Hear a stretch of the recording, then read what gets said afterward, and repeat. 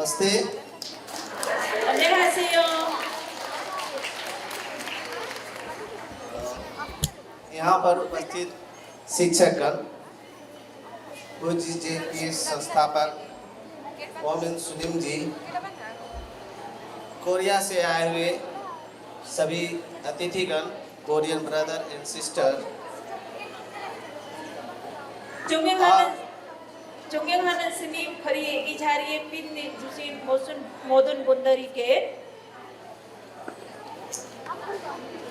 और मेरे सहपाठी भी आए हुए हैं यहाँ पर, और कुछ ग्रामवासियों को, सभी को मेरा नमस्कार। 그리고 마을에서 또 몇 명이 계시고 같이 공부했던 분들이 또 계시고 모든 분들에게 인사드립니다. सुजाता अकादमी के 30वीं वर्षगांठ पर सभी को हार्दिक बधाई देता हूँ। 오늘 이 기쁜 날에 모든 분들에게 축하드립니다. और मैं धन्यवाद भी देना चाहता हूँ जो मुझे इस मंच पर बोलने के लिए आमंत्रित किया गया और अनुभव को रखने के लिए कहा गया। 저도 여기서 한마디 하게 되어 매우 기쁩니다. जैसा कि आप सभी लोग जानते हैं कि मैं भी यहाँ से अपनी पढ़ाई लिखाई पूरी किया और पूरी ग्रेजुएशन तक मैंने अपनी पढ़ाई लिखाई पूरी किया। 아시다시피 저는 이 학교 학생이었고 그리고 대학 졸업했을 때까지 여기서 일하면서 공부했습니다. थैंक यू इस जगह पर जहाँ पर मुझे बहुत बहुत अच्छी बातें और बहुत सारी चीज़ों को सीखने को मिला। 여기 제가 참 많은 것을 배웠습니다. यहाँ पढ़ाई करने के दरमियान में हमारे बीच सुनीम जी का आना जाना लगा रहता था, लगभग वर्ष में एक बार तो जरूर। 공부하면서 스님 여기 종종 오셨는데 1년에 한 번 무조건 오신 적이 있었습니다. उस समय थम भाषण हमारे सुनीम जी के द्वारा ही दिया जाता था। आज उन्हीं धम भाषणों में उनके कुछ बातों को मैं आपके सामने अपने अनुभव को रखना चाहूँगा। 그때 스님께서 해주신 법문으로 몇 명 제 머릿속에 지금까지 남아 있는데 그 몇 가지 말씀드리겠습니다. सुनीम जी कहते हैं कि हमें जीने के लिए ज़्यादा ज़रूरत नहीं है किसी चीज़ की, लेकिन लोग दुखी हो जाते हैं अपने महत्वाकांक्षा के कारण। 그때 스님께서 이런 얘기해 주셨습니다. 삶을 살기 위해 많은 것을 필요 없다. 그러나 사람들이 욕심이 많아 자기를 불행에 빠뜨립니다. वो कहते हैं कि ज्ञान वो रास्ता है जिस पर चलकर व्यक्ति को जीवन भर मुनाफा मिलता है। 스님께서 이런 얘기도 해 주셨습니다. 탐마의 길로 나가면 저절로 행복해진다. कहते हैं कि आपके पास धन या पैसा होता है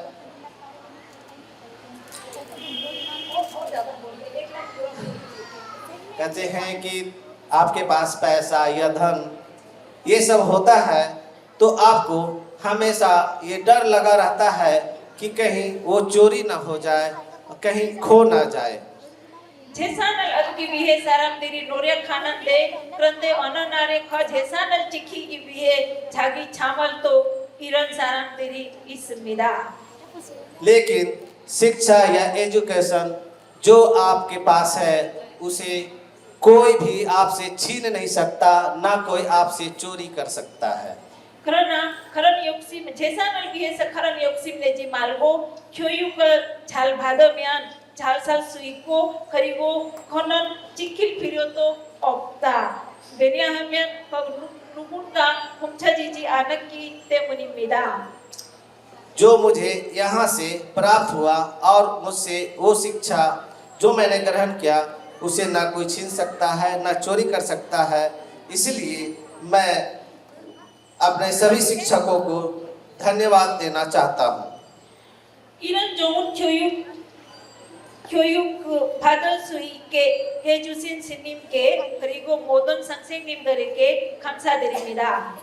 आज मैं सुनील जी, सुरेश सर, अजय सर, कप्तान सर, राकेश सर, जे ब्रदर और बाकी कोरियन ब्रदर जो भी हमें सिखा है उनको भी मैं धन्यवाद देता हूँ। 저는 가르쳐 주신 모든 분들 스님을 비롯해 수레스 sir, Ajay sir, Rakesh sir 그리고 모든 한국 코리안 시스터 brother के जे ब्रदर के तो 감사드립니다. हमें यही लगता है कि यही ये जो चीज़ है जो हमसे कोई छीन नहीं सकता, उसी के कारण से यहाँ पर सुनील जी स्कूल की स्थापना की।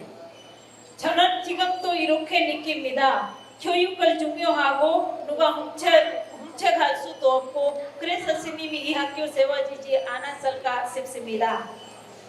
इस क्षेत्र में सुनील जी लड़कियों के लिए बहुत सारे कार्य के आगे बढ़ने के लिए 그리고 이 동네에 여자 아이를 공부하지 않았는데 여자를 공부하게 하셨고 사회에서 한 존재로 살 수 있게 교육을 주셨습니다.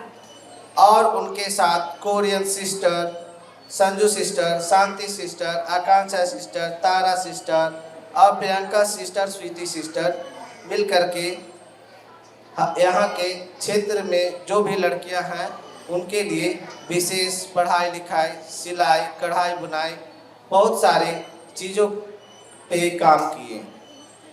그리고 선주 법사님, 야광 법사님, 혜원 법사님, 프리앙카 시스터 모든 분들이 다 같이 여성들을 어떻게 공부할 수 있는지 많은 신경을 써서 그분들의 이 사회에서 존중받을 수 있게 계속 공부할 수 있게 많은 노력으로 지금 많은 여자들이 공부하고 있습니다.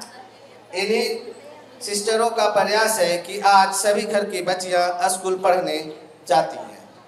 그래서 오늘 모든 아이들이 지금까지 여자 아이들이 공부하고 있습니다. सुनील जी कहते हैं कि जीवन में सुख से ज्यादा दुख है। 스님께서 이 생에 행복보다 불행이 많다고 말씀하신 적이 있었습니다. वो कहते हैं कि सुख और दुख दोनों जीवन का पहलू है और उन्हीं का अनुभव कराने के लिए हम उस समय जब पढ़ते थे तब 1999 में उड़ीसा में साइक्लोन आया था, तब वो हम लोगों को और ग्रामीण वासियों को लेकर के उड़ीसा गए थे।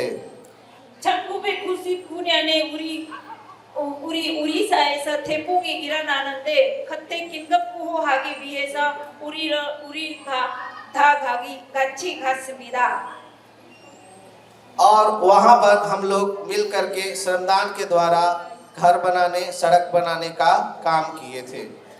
그리고 거기 다 같이 여러 가지 도와주는 일을 했습니다. मैं धन्यवाद देना चाहता हूँ सुनील जी को। जब यहाँ पर कोरियन ब्रदर जो इंजीनियर थे उनका जब असामाजिक तत्वों के द्वारा गोली मारकर हत्या कर दी गई थी, तब भी वो इस स्कूल को बंद नहीं किए और एक पिता की तरह हमारा देखभाल किए। 봉 거사님이 돌아갔을 때도 스님께서 이 학교를 하루도 닫지 않고 우리를 공부하게 하셨고 아버지 같은 저희를 가르쳐 주셨고 앞으로 잘 발전하게 해주셔서 감사드립니다. आज उन्हीं के प्रयास के और कार्यों के कारण यहाँ से पढ़ने वाले, लिखने वाले जो भी बच्चे हैं अपने अपने क्षेत्र में अच्छा कार्य और जीवन यापन कर रहे हैं। 스님께 도와주신 덕분에 많은 아이들이 다른 지역에 가서 일하고 있습니다.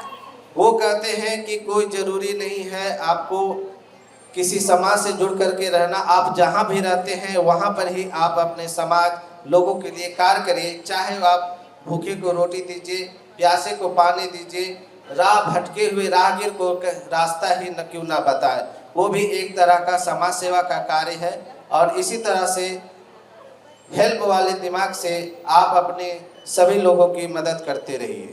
주님께서 절에 가서 기도하는 것이 또 좋지만 사회를 도우기 위해 특별한 곳에 갈 필요가 없다고 하셨습니다. 자기가 사는 자리에서 도움이 필요한 사람에게 도와주고 배고픈 사람에게 한 숟가락을 밥을 주고 그렇게 도와주는 일을 할 수 있다고 가르쳐 주셨습니다. मैं सुदीप जी को कहना चाहता हूँ कि आप जिस तरह से कोरिया में पूजे जाते हैं उस तरह से आप हमारे हिंदुस्तान में इस ढोंगेश्वरी के क्षेत्र में सभी लोगों के दिलों में, हमारे दिलों में आप पूजे जाते हैं, आप पूजे जाते रहेंगे। Thank you. 스님은 한국의 스님뿐만 아니라 우리 인도에서도 우리의 스님이 있습니다. 가슴 깊이 존경하고 감사한 마음을 드립니다. 고맙습니다.